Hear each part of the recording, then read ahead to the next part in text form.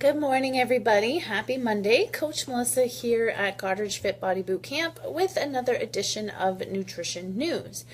And what I wanted to talk to you about today is something actually that I challenged some of our members and followers and friends and fans on our Fit and Healthy Goddard's Facebook page this morning. So there is a page called Fit and Healthy Goddard, and it's open to anybody to join. So if ever you're interested in checking that out, do so. I put a different challenge up every week on the Fit and Healthy Goddard page. And so that's what I'm going to talk about today because it's a pretty common one that a lot of people struggle with and that I've been hearing a lot about in the Goddard's gym recently. For a reason, stick around a lot longer. Those treats do. They stick around a lot longer than just Easter weekend. So Easter's been over for a couple weeks now, so it's time to stop blaming the Easter chocolate and the mini eggs and the bunnies and get rid of the added sugar that you consume on a daily basis. Not saying forever, I'm challenging you to do it for 1 week. So there's a huge difference between the natural sugars found in different things that we eat, especially fruit, and added sugars that we put into our drinks and our foods. And a lot of the time nowadays, these days, sugar can sneak up on you in a lot of different ways. There's at least 60 different names for sugar that can be on nutrition labels. Not just sugar, there's a lot of other different names, and I'll go over that in a couple minutes as to different ways that food companies can call something sugar without calling it sugar. It's recommended that adults limit their daily added sugar intake to around 25 grams, which is about 6 teaspoons a day. Okay, so there's 4 grams of sugar in each teaspoon. So if you look at your nutrition label on whatever it is you're eating, look at how many grams of sugar is in a serving, and then look at what a serving is. So a serving might be like half a cup or a quarter cup or a certain number of chips or something like that. And remember that there are 4 grams of sugar in each teaspoon. So do that math, and that may be a bit of a surprise when it comes to some foods. So what I've challenged the followers on Fit and Healthy Goddard to do is to avoid any added sugars to the things that you eat and drink. Now, fruit, completely fine. When it comes to fruit and veggies, yeah, there are some sugars in fruit and veggies, but there are also a lot of vitamins, minerals, micronutrients, fiber, great things in those fruit and veggies. So I'm not talking about limiting your fruit and veggies this week. I'm talking about like if you put added sugar into your coffee or your tea, for example, that kind of thing, then I'm challenging you not to do that this week. So big piece of this is checking all of your nutrition labels on what you eat, even on items that you wouldn't normally think, things like bread or crackers, other processed foods, because sugar is added to pretty much everything. There will be quite possibly a period of adjustment if you take this on, shall we say. Your body gets quite used to and relies on that added sugar, and if suddenly you're not having that anymore, then or as much, there can be a bit of withdrawal going on, just like the common withdrawal symptoms from cutting back on other things like smoking or alcohol or different things. You can get a headache, you can be in a bit of a fog, you could feel a little bit shaky. So making sure you're still eating enough, especially fruit, veggies, things with a lot of fiber, a lot of protein too, should help to counteract this a little bit. So let's talk about different names for sugar and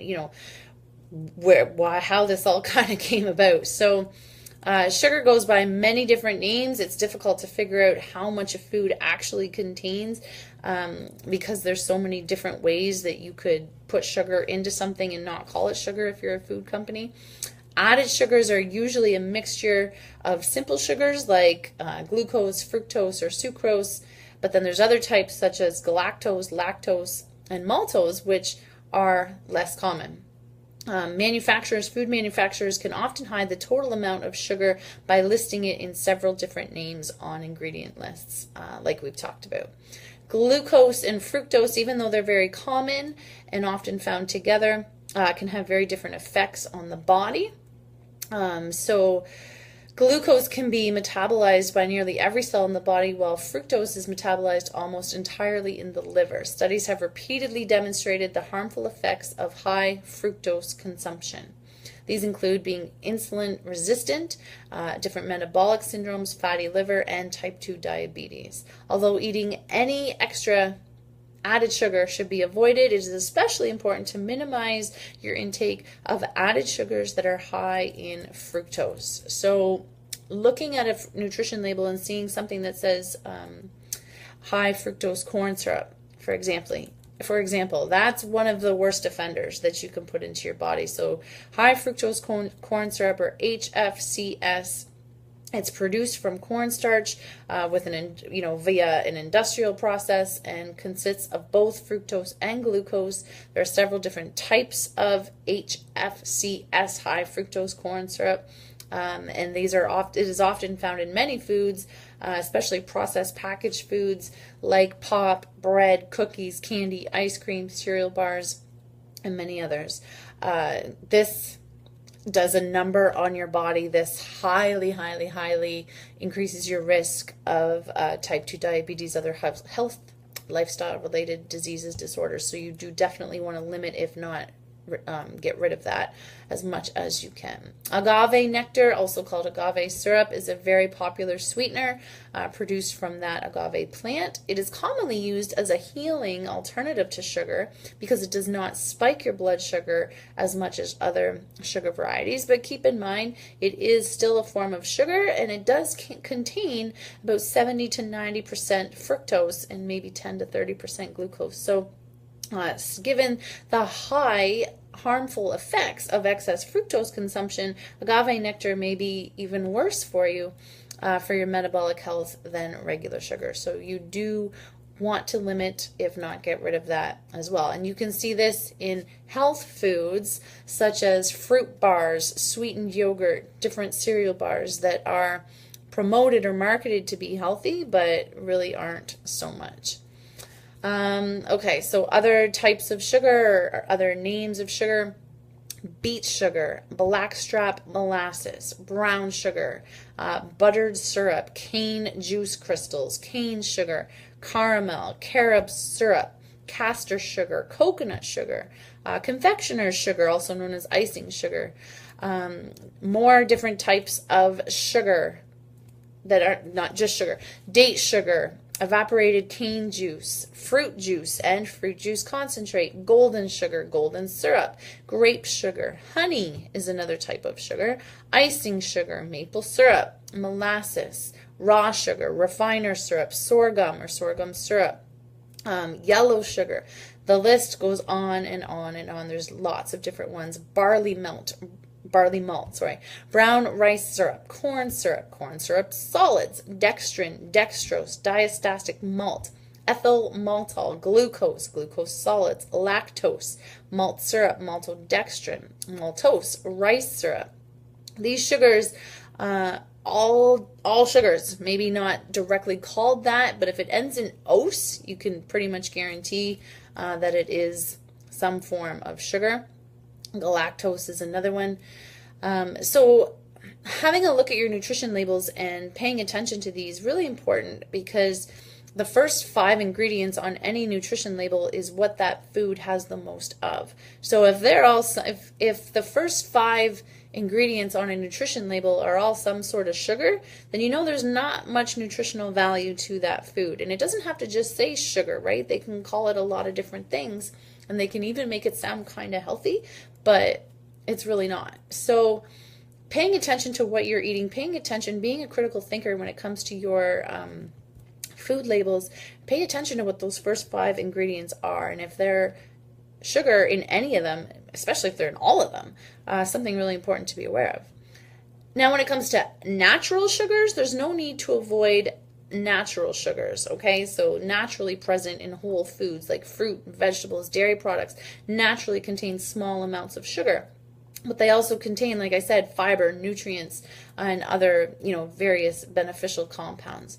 The negative effect the negative health effects of high sugar consumption are due to the amount of massive added sugars present in the stuff that we eat here in the Western Hemisphere.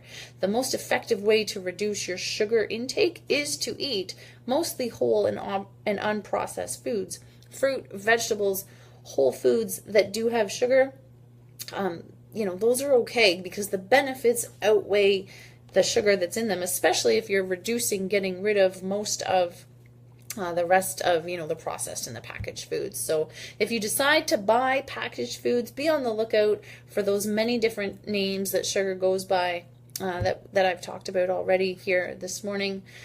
Trying to cut back on that is the challenge. In fact, the challenge is to get rid of it altogether this week. That is the challenge. So if you are up for that and you want more information about it, or you want to kind of throw your hat in the ring that you are going to participate in this, feel free to comment on this video below, and or join the you can join the Goddard Fit and Healthy Goddard page if you're in for this challenge.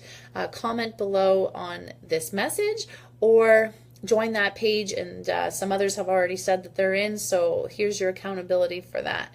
I'm streaming on 2 pages right now, the Kincardine Fit Body Bootcamp page and the NV Fitness Goddard page. The NV Fitness page I know has been cutting in and out, so I apologize for that. Feel free to watch this. Go over to the Kincardine Fit Body Bootcamp Facebook page, and you may get that a little bit better if you watch it again, a little bit uninterrupted, as opposed to what's been going on the NV Fitness page. Sorry about that. The challenge this week is reduce or eliminate the added sugars that sneak into what you're eating, probably without you even realizing, or maybe you do realize it. Maybe it's time. If it is time, here is the challenge for you. Comment below if you're in. This is your accountability coach right here, Coach Melissa at Goddard Fit Body Bootcamp. Here for you all week long. So if you need anything, if there's anything else you want me to talk about next week being the 16th, I will be back and we will do that. Thanks for listening today. I hope everyone has a great Monday. And if you're in Kincardine, go see Coach Nadine at Kincardine Fit Body Bootcamp. It's Bring a Buddy Week up there all week long. So even if you don't know anybody, you can go in there for free, work out for free at any of their 47 sessions that they've got going on all week long up in Kincardine. As for Goddard, I hope to see you today. I'm here all day long and all week long too. All right. Bye, everybody. Thanks for listening.